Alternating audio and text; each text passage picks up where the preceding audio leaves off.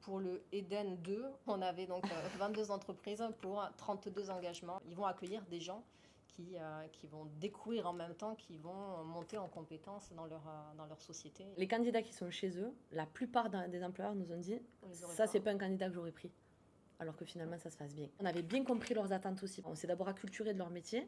On a pris énormément d'informations pour être le plus précise possible sur le ciblage des candidats. Les démarcher des nouvelles entreprises qui ne faisaient partie d'aucun groupement d'employeurs particulier, mais qui pour autant ont des besoins. On a élargi aussi notre secteur en fait.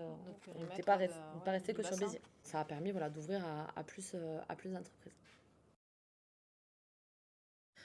Pour Eden, ce qui a été décidé de façon collégiale, c'était de se dire, partons sur les métiers en tension, sur lesquels on a le plus de mal à recruter, mais sur lesquels on va tous s'entendre. Et on en avait choisi, sur le Eden 1, on en avait choisi 3. Les métiers de la ligne, conducteur, pilote, les métiers de la qualité, que ce soit l'opérateur ou le technicien, et le métier de maintenance, pareil, l'opérateur ou le technicien. Ces 3 familles de métiers-là permettaient de toucher toutes les entreprises. On a intégré l'industrie agroalimentaire et l'usinage sur le Eden 2. Les formations sont adaptables.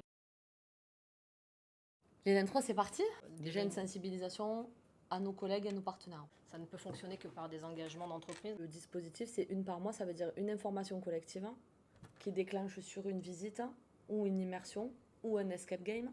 Et ça, on va le faire en septembre, en octobre et en novembre. Pour faire un petit topo chiffre sur ce dispositif Parcours de réussite Eden, sur les 2 sessions, c'est une 50aine de candidats formés, 54 je crois précisément, avec un dispositif qui est cofinancé entre la région Occitanie et France Travail.